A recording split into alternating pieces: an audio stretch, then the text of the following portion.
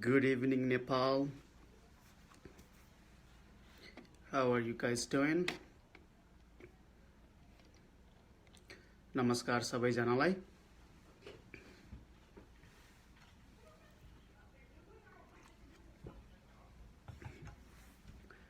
आज मलाई धेरै प्रश्न आउने गरेको छ यो बच्चा बच्चीले यो बिस्तारामा पिसाब फेर्ने बारेमा। 4-5 वर्षको उमेर कसैलाई 6 वर्षको उमेरसम्म पनि द्याट्स नर्मल है, बिस्तारामा पिसाब फेर्ने बेड वेटिङ भन्दा हुन्छ र एन्युरेसिस पनि भनिन्छ, नक्चुरल एन्युरेसिस भनिन्छ।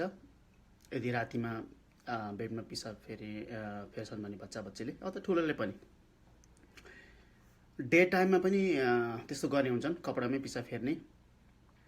त्यो बेलामा अलिक छुट्टै टर्म दिइन्छ, हामीले डायोगनल एन्युरेसिस भनिन्छ।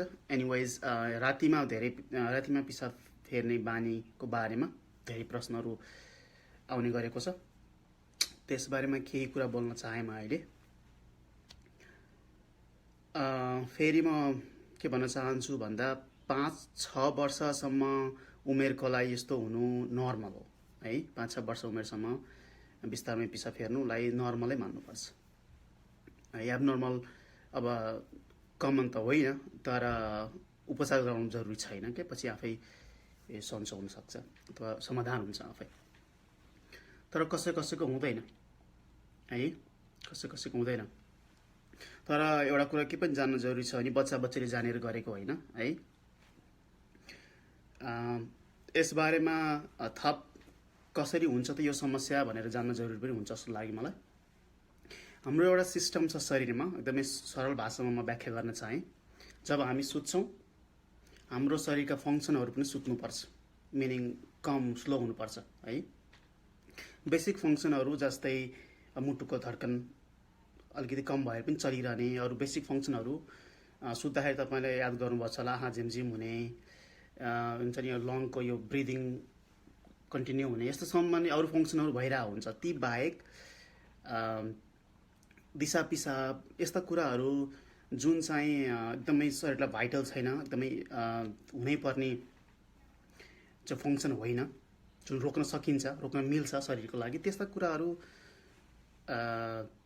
हामी सुत्दाखेरि आइदर स्लो डाउन अथवा बन्दै हुनुपर्छ है।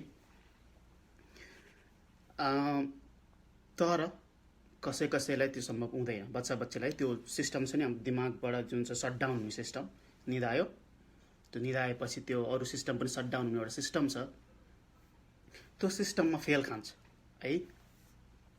त्यसरी पनि हुन्छ कुनै बच्चा बच्चीलाई, ठुलै हुँदासम्म हुन्छ।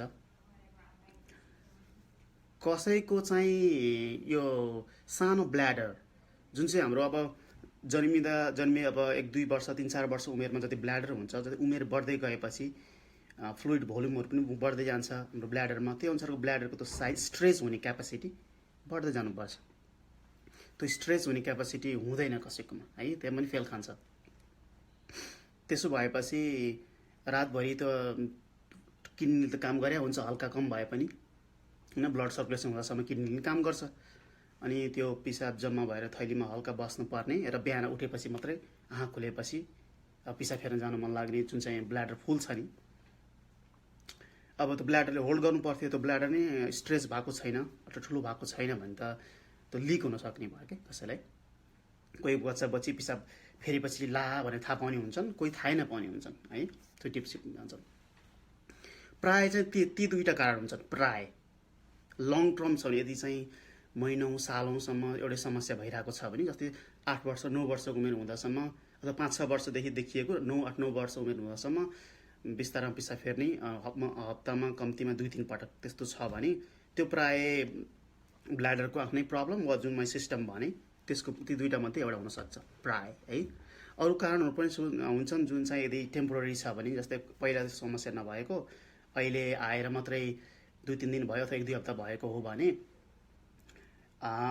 इन्फेक्सन, ब्ल्याडरमा इन्फेक्सन हुनसक्छ अथवा किडनीमा समस्या कारण हुनसक्छ, अथवा स्ट्रेसले।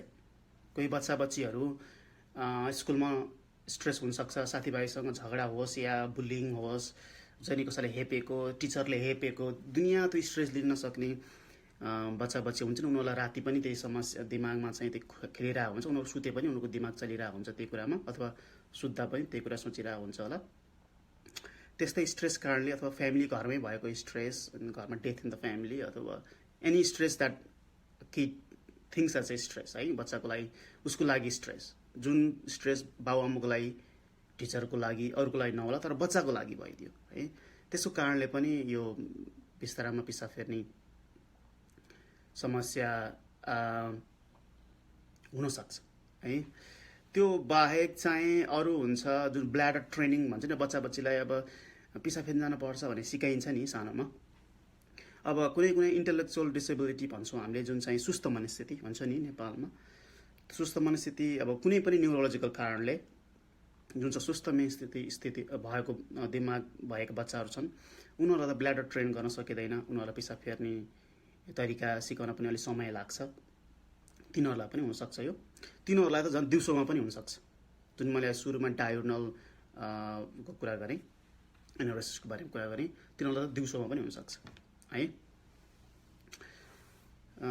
म कसरी प्रश्न सोध्नु भएको छ कि म यसो हेरेँ है।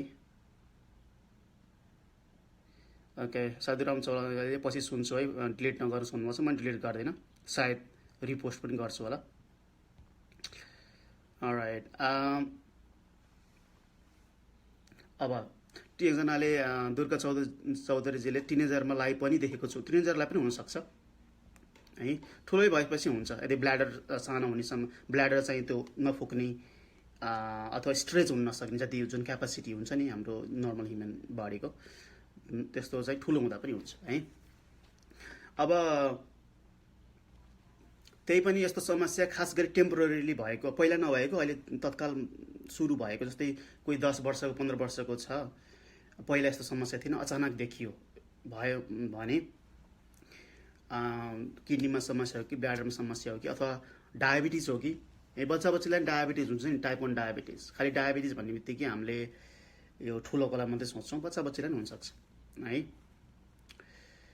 अनि त्यस्तो भयो भने डक्टरकोमा गएर हुन्छ नि पिसाब टेस्टहरू गर्ने, ब्लड टेस्टहरू गर्ने, हेमोग्लोबिन A1C भनिन्छ त्यो गर्ने, अथवा ब्लड सुगर चेक गर्ने, किडनीको फङ्सनहरू, किडनीमा केही समस्या हो त्यो चेक गर्नुपर्ने हुन्छ है। त्यसमा अब केही छ भने, कुनै कारण छ, इन्फेक्सन छ भने एन्टिबायोटिक लिने हो कि होइन, अथवा अरू केही उपचार गर्ने हो कि, त्यो कजलाई चाहिँ उपचार गर्नु पऱ्यो, जुन कारणले त्यो भएको हो त्यसको त उपचार गर्नु पऱ्यो। र अरू देखिने जुन अर्ग्यानिक कारण छैनन् भने अब समस्या त स्टिल छ, उपचार कसरी गर्ने भन्ने कुरा आउँछ है। अब मेरो चाहिँ विषय साइकेट्री हुनाले मेरोमा त्यस्तो धेरै नै क्लाइन्ट पेसेन्टहरू हुन्छन्, बच्चा बच्ची प्रायः है। मैले बच्चा र चाइल्ड एन्ड एडल्ट दुइटै हेर्ने गर्छु, चिल्ड्रेनमा टिनेजरमा पनि। एकजना भन्नुभएको थियो बच्चा बच्चीमा चाहिँ सबैभन्दा राम्रो काम गरिन्छ चाहिँ अलार्म सिस्टम हो है। अलार्म सिस्टम चाहिँ कस्तो हुन्छ भने आजकल पाइन्छ किन्न, अनलाइनमा किन्न पाइन्छ, नेपालतिर पाइन्छ पाइन्न मलाई थाहा भएन, यतातिर पाइन्छ, सायद पाइन्छ पनि होला नेपालतिर आजकल। जुन चाहिँ कस्तो हुन्छ भन्दाखेरि धेरै किसिमका छन्। एउटा चाहिँ जुन अन्डरवेयर हुन्छ नि बच्चा बच्चाले लगाउने, अथवा प्याडिङ जे ब्रिफ जे लगाए पनि त्यहाँ एउटा सेन्सर राखिएको हुन्छ, अनि जब बच्चाले पिसाब फेर्छ अनि त्यो चिसोको वेटले गर्दा सेन्सर चाहिँ एक्टिभेट हुन्छ र अनि बजिङ नोइज आउँछ कि है।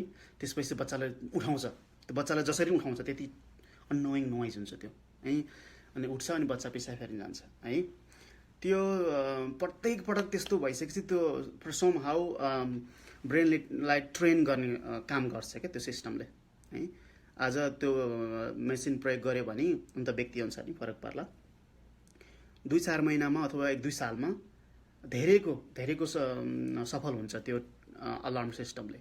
अब त्यस्तो मेसिन किन्न पाइँदैन, अब के गर्ने भन्ने कुरा आउला, अलिकति झन्झटिलो हुन्छ। एउटा उपाय चाहिँ छ, जस्तो तपाईँ बाबामा हुनुहुन्छ, अब छोरीको त्यस्तो समस्या छ भने अब तपाईँले चाहिँ अलिकति दुःख गर्नुपर्छ, राति उठेर पिसाब फेरेको छ छैन हेरेर, त्यो वेट चिसो छ छैन थाहा हेरेर, अनि यदि चिसो छ पिसाब फेरेको देख्नुभयो भने त्यो ड्रम अथवा केही थाल अथवा केही बजाएर उठाउने के बच्चालाई। It's kind of torture, but you know that's what you suppose to do. त्यो चाहिँ अलिक हैरानै हुन्छ, अब गर्नुपर्ने हुन्छ कसैलाई है। अब त्यो निकै नै गाह्रो भएपछि बेड नै अब पिसाब फेरिदिने दिनदिनै भएपछि त त्यो झन् गाह्रो भयो नि त। एभ्री टाइम प्रत्येक पटक जब बच्चाले त्यस्तो गर्छ अनि त्यो थाहा पाएपछि राति उठेर 12, 1, 2, 3 don't matter, you got to wake up. अनि ठुलो थाली बजाउने हो कि ड्रम बजाउने हो कि त्यो बच्चालाई उठाउनु पऱ्यो त्यो आवाजले के। हल्का धकालेर उठाउने होइन, यो चाहिँ ड्रमै बजाएर उठाउने है, र अनि बाथरुम रेस्टरुम पठाउने। त्यसो गर्दा पनि हुन्छ, काइन्ड अफ झन्झटिलो। अलार्म सिस्टम चाहिँ त सजिलो चाहिँ छैन। त्यो एउटा हो, त्यसले चाहिँ नि ब्रेनमा त्यो ट्रेन गर्न पनि सहयोग गर्छ। अरू भनेको ब्ल्याडर ट्रेनिङ भन्छौँ। अब दिउँसोतिर स्केड्युल गराउने कि एभ्री सो अफ्टन, प्रत्येक 2 घन्टा अथवा 3 घन्टा। अब त्यो फेरि स्कुलमा मिल्दैन, बच्चा स्कुल जाने भएपछि स्कुलमा नमिल्न सक्छ, सकेसम्म मिलाउनु उपाय गर्नु पऱ्यो। यति प्रत्येक 3 घन्टा अथवा सुरुमा प्रत्येक 2 घन्टा भने नि भयो, 2 अथवा 3 घन्टा बच्चालाई अन द टाइम अन डट बच्चाले शौचालय पठाउने है। स्कुलमा पनि अब स्कुल सिस्टमसँग कुरा गर्नुपर्छ, टिचरहरूसँग प्रिन्सिपलसँग कुरा गर्नु पऱ्यो। त्यो गरायो भने बडी ट्रेन हुन्छ कि त्यो बेलामा चाहिँ पिसाब फेर्ने, त्यो बेलामा चाहिँ ब्ल्याडरलाई चाहिँ त्यो खोल्ने हुन्छ नि, आफ्नो युरिनरी सिस्टम खोलेर पिसाब फेर्न जाने, त्यो ट्रेन गराउन सकिन्छ। त्यति भयो भने पनि पहिला 2 घन्टा अनि 3 घन्टा अनि 4 घन्टा गर्न सकियो भने पनि बच्चा 8 घन्टा सुत्छ भने एकपल्ट सुत्न भन्दा अगाडि गर्ने भयो, अनि एकपटक चाहिँ राति बिचमा उठाए भयो है, अनि त्यसपछि बिहान भयो है। त्यो सजिलो उपाय, त्यो पनि सबैलाई काम नगर्न सक्छ, तर यु क्यान ट्राई इट है। Easy thing, no side effect, no medicine, no side effect, right. त्यसबाहेक अलिक कसैलाई चाहिँ धेरै एकदमै कमलाई काम गरिन्छ रिवार्ड सिस्टम भन्छौँ, जुन हामीले बच्चालाई चाहिँ आज यति दिन चाहिँ बेड वेट गरिनस् भने, पिसाब फेर्नस् भने, शुद्ध यति दिन बनाइस् भने तँलाई चाहिँ यस्तो रिवार्ड दिन्छु हुन्छ नि, पोइन्ट सिस्टम बनाएर एउटा केही कुरा किनिदिन्छु अथवा केही गर्छु बनाएर।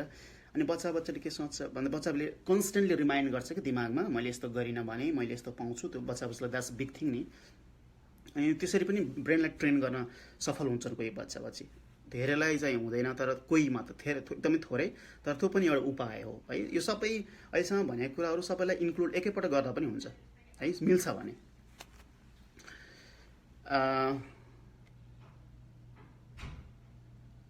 अब बच्चा 2.5 months त अब द्याट्स नर्मल है।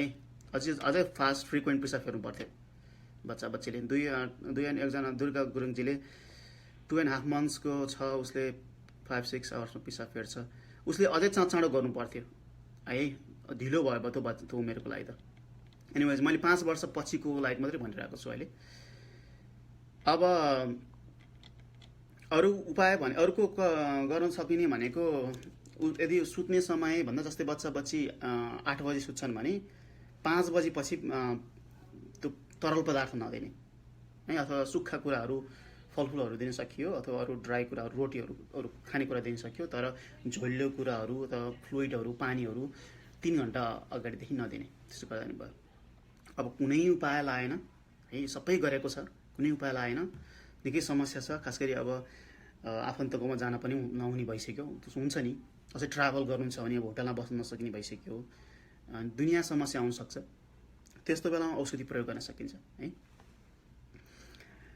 खास गरी दिउँसोमा पनि पिसाब फेर्ने जुन इन्टेलेक्चुअल डिसेबिलिटी, त्यो सुस्त मनस्थिति भएकालाई र अरूलाई पनि दिउँसोमा पनि पिसाब फेरिनेहरूलाई चाहिँ र रातिमा चाहिँ 2-3 पटकी गर्ने, डेली जस्तो हप्तामा 2-3 दिन जस्तो गरिरहनेलाई चाहिँ औषधि दिन सकिन्छ है। हामी एउटा डेस्मोप्रेसिन भनिन्छ, DDAVP भन्छ, म डिटेल जान्नु त्यसको बारेमा। त्यो औषधि इभिनिङमा दियो भने सानो डोज सुरु हुँदा नि पहिला त्यो भने शरीरले चाहिँ फ्लुइड तरल पदार्थ होल्ड गर्छ कि किडनीबाट बाहिर निस्किने काम अलिकति कम हुन्छ र ब्ल्याडरमा कम जम्मा हुन्छ र पिसाब कम फेर्छ है। त्यो एउटा तरिका हो।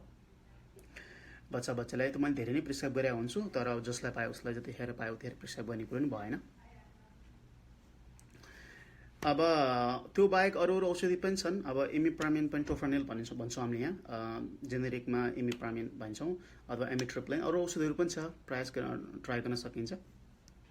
तर डेस्मोप्रेसिन जुन DDAVP भन्थ्यो त्यसले नै अझै राम्रो काम गर्छ। होपफुली त्यो औषधि नै प्रयोग गर्न नपरोस्, अघि मैले माथि भनेको कुराहरू नै प्रयोग गर्दा ठिक होला। तर कसैलाई हुँदैन क्या, जति गरे पनि। अब जुन मैले अलार्म सिस्टम भने, रिवार्ड सिस्टम भने, ब्ल्याडर ट्रेनिङको कुरा गरेँ, हुन्छ नि, अझ पानी पिउन हुन्छ नि रोक्ने 3 घन्टा अगाडिदेखि, दिउँसी हाइड्रेट चाहिँ दिउँसी गर्ने तर बेलुकातिर नगर्ने, ती सबै गर्दा पनि हप्तामा 3 दिन 4 दिनसम्म चाहिँ बेड वेट गरिदिने, त्यो समस्या हुनसक्छ। त्यस्तो भयो भने त कसै भएन भने औषध खान पनि हुनसक्छ। खास गरी इन्टेलेक्चुअल डिसेबिलिटी भएकोलाई, जुन चाहिँ मानसिक समस्या भन्दा पनि सुस्त मनस्थिति भएकोलाई। अलराइट, आज मैले बेड वेटिङ अथवा नक्सनल एनारोसिसको बारेमा कुरा गरेँ। Thank you all for listening to me.